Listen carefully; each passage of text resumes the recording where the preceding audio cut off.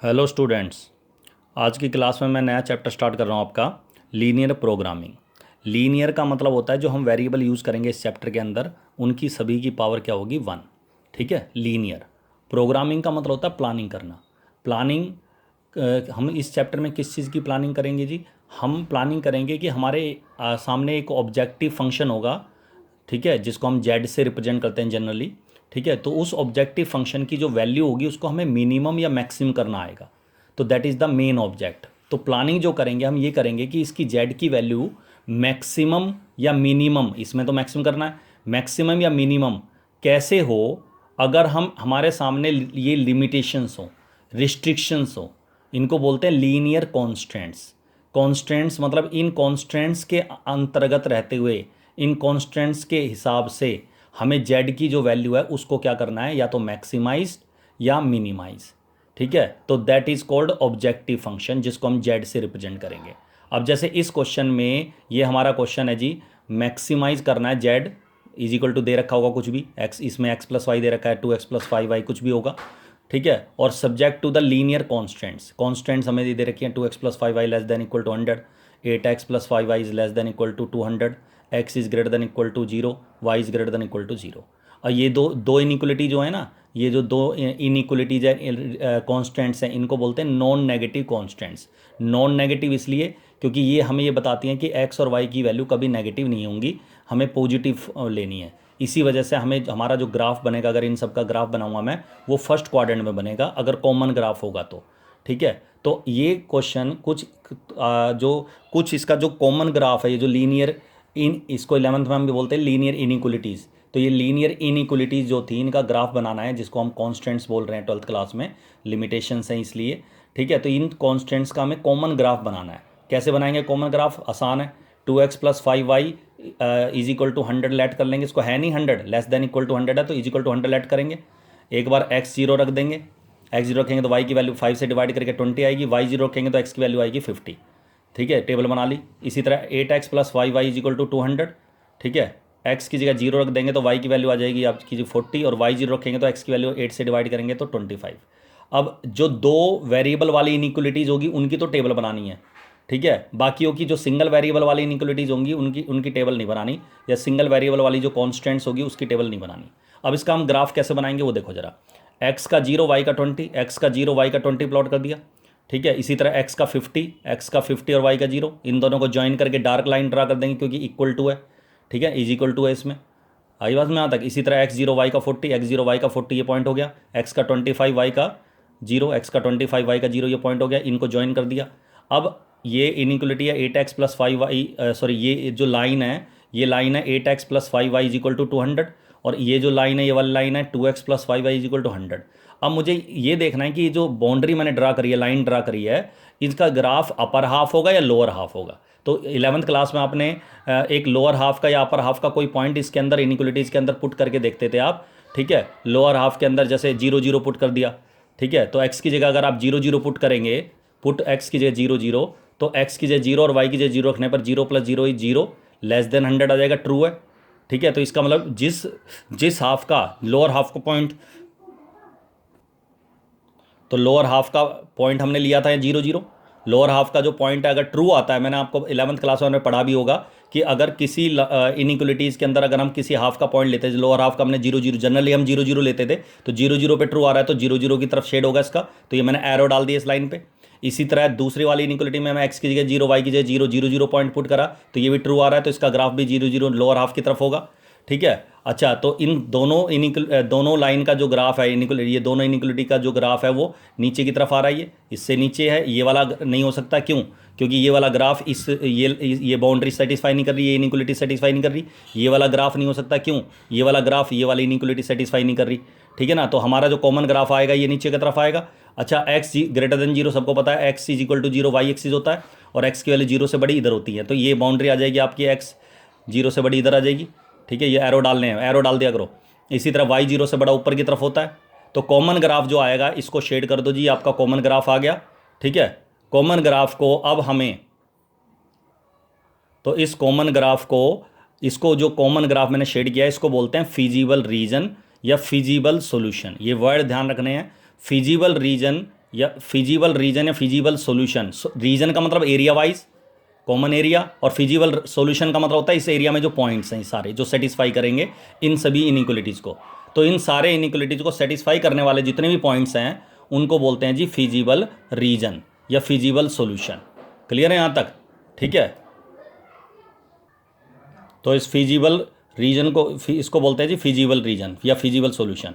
तो वो पॉइंट्स जो इन सभी इनइक्वलिटीज़ को सेटिस्फाई करेंगे उनको बोलते हैं फिजिबल सॉल्यूशन, और वो एरिया जो इन सब का कॉमन आया है उसको बोलते हैं feasible region, area wise region. अब हमारे 12th, ये तो 11th क्लास का था ग्राफ, 11th में हमने इतना सारा पढ़ा हुआ है। 12th क्लास में क्या चेंज है? 12th क्लास में एक तो ये वर्ड्स ध्यान रखने हैं, ऑब्जेक्टिव फंक्शन जेड को, objective which is to be maximised और minimised, that is objective function. Non negative constants X greater than zero, Y greater than zero, ये कॉन्स्टेंट्स कहलाती हैं। ठीक है, इस कॉमन एरिया को, जो इन सब का कॉमन एरिया आएगा उसको फिजिबल रीजन या फिजिबल सॉल्यूशन बोलेंगे।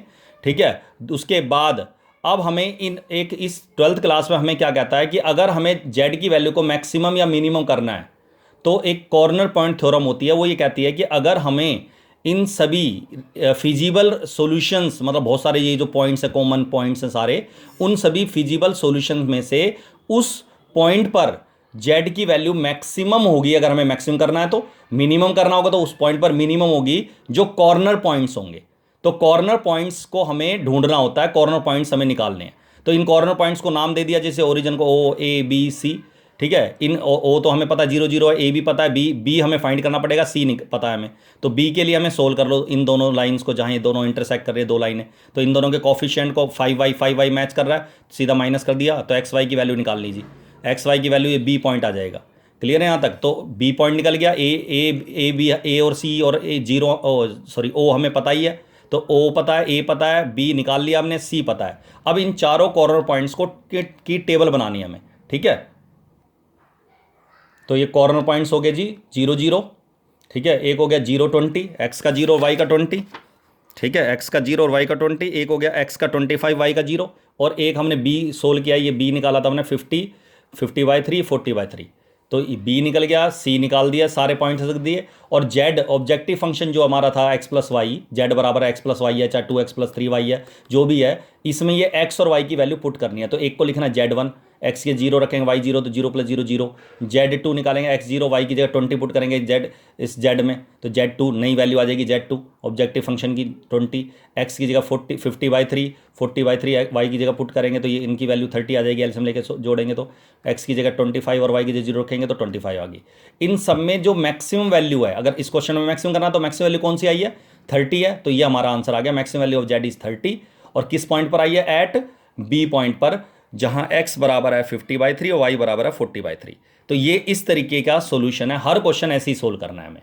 ठीक है, अब इसमें कुछ पॉइंट है, जब हम किसी भी लीनियर इनइक्वलिटीज को सोल्व कर रहे हैं, सॉरी लीनियर प्रोग्रामिंग को सोल्व कर रहे हैं, तो सॉल्यूशन करते हुए हमें 3 सिचुएशन आती हैं, यूनिक सॉल्यूशन, इनफाइनाइट सॉल्यूशन या नो सॉल्यूशन। तो इस केस में सबसे पहले आता है जी यूनिक सॉल्यूशन। तो यूनिक सॉल्यूशन तो यही है कि अगर हम मैक्सिमम कर रहे हैं और हमारी केवल मैक्सिमम वैल्यू एक ही पॉइंट पर आ रही है, सिंगल पॉइंट पर आ रही है, तो that is a case of unique solution.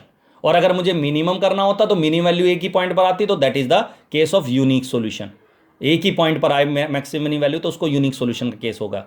लेकिन अगर एक से ज़्यादा पॉइंट, मान लीजिए ये भी 30 आ जाए, यहाँ भी 30 आ जाए, हमारा ये भी 30 आ जाए और ये भी 30 आ जाए, मतलब ए पॉइंट पे भी यहाँ 0 30 हो और बी पॉइंट पे भी आपका ये आ जाए, तो दो पॉइंट पर अगर सेम वैल्यू आ रही है तो that is a case of multiple optimal solution.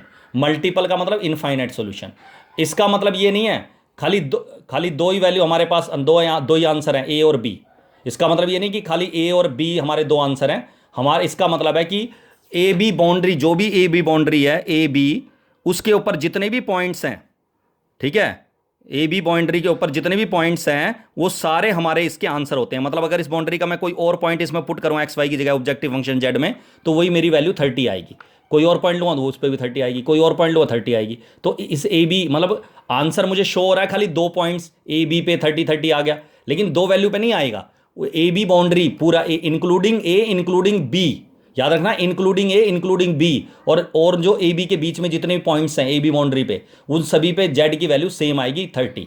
तो that is a case of multiple optimal solution. उसको मल्टीपल ऑप्टिमल सॉल्यूशन का केस बोलते हैं। और नो सॉल्यूशन के केस दो बनते हैं, दो केस बनते हैं। एक, कोई भी फिजिबल रीजन ना आए, जैसे फॉर एग्जांपल इसका ग्राफ नीचे जा रहा है, इसका ऊपर जा रहा है, कोई रीजन कॉमन रीजन ना आए तो उसको बोलेंगे नो सॉल्यूशन। या फिर एक अनबाउंडेड रीजन आ जाए, अनबाउंडेड मतलब इस तरह का रीजन आ जाए, और ऐसे अनबाउंडेड रीजन में आपसे कहे कि मैक्सिमम वैल्यू फाइंड करो जेड की, ऑब्जेक्टिव फंक्शन की। अब एक्स और वाई की वैल्यू जितनी बड़ी होगी उतनी जेड की वैल्यू मैक्सिमम आती है जनरली। तो अब एक्स और वाई की वैल्यू कोई लिमिट ही नहीं है, बाउंडेड ही नहीं है, कोई भी वैल्यू आ सकती है। एक्स वाई की वैल्यू इनफाइनाइट आ सकती है, एक्स की वैल्यू वेरी लार्ज आ सकती है। तो जब एक्स और वाई की वैल्यू लार्ज होंगी तो इसका मतलब अनबाउंडेड सॉल्यूशन, अनबाउंडेड का मतलब नो सॉल्यूशन। क्लियर है यहां तक? इसको बोलते हैं अनबाउंडेड सॉल्यूशन। अच्छा, अगर इस ऐसे केस में मिनिमम करना आ जाए तो मिनिमम फिर कॉर्नर पॉइंट लगाएंगे, 1 2 3, ये रीजन के जो कॉर्नर पॉइंट है, इन तीनों में से जो सबसे छोटी वैल्यू आएगी वो मिनिमम हमारा आंसर हो जाएगा। तो अनबाउंडेड ग्राफ के अंदर, रीजन के अंदर मिनिमम तो हम आंसर निकाल देंगे, मिनिमम में तो आंसर आ जाएगा। ये जो 3 पॉइंट है, जो भी ये 3 पॉइंट कॉर्नर वाले ए बी सी, इन तीनों में से किसी एक पॉइंट पर हमारा आंसर आ जाएगा, मिनिमम वैल्यू आ जाएगी तो वो हमारा आंसर हो जाएगा। लेकिन ऐसे अनबाउंडेड ग्राफ में मैक्सिमम वैल्यू निकालनी आ जाए तो उस केस में हम कहेंगे नो सॉल्यूशन या अनबाउंडेड सॉल्यूशन। अनबाउंडेड सॉल्यूशन मतलब we can not find the maximum value of z. ठीक है, अनबाउंडेड सॉल्यूशन। तो ये आपका चैप्टर है जी, चैप्टर आपका हो गया खत्म। क्योंकि फॉर्मेशन इस साल हट गई हैं तो फॉर्मेशन आएंगी नहीं, वर्ड प्रॉब्लम वाले क्वेश्चन है नहीं। केवल इसी तरह आपको ग्राफ बना के कॉर्नर पॉइंट निकालने हैं सारे। कॉर्नर पॉइंट पे टेबल में जेड में रखना ऑब्जेक्टिव फंक्शन। मैक्सिमम करवा रहा है तो मैक्सिमम वैल्यू लिख दो, मिनिमम करवा रहा है तो मिनिमम लिख दो आंसर में। ये आपका आंसर आ गया, चैप्टर खत्म। यही है इस चैप्टर में सारा कुछ, इसी चैप्टर में। ठीक है बेटा, दैट्स ऑल।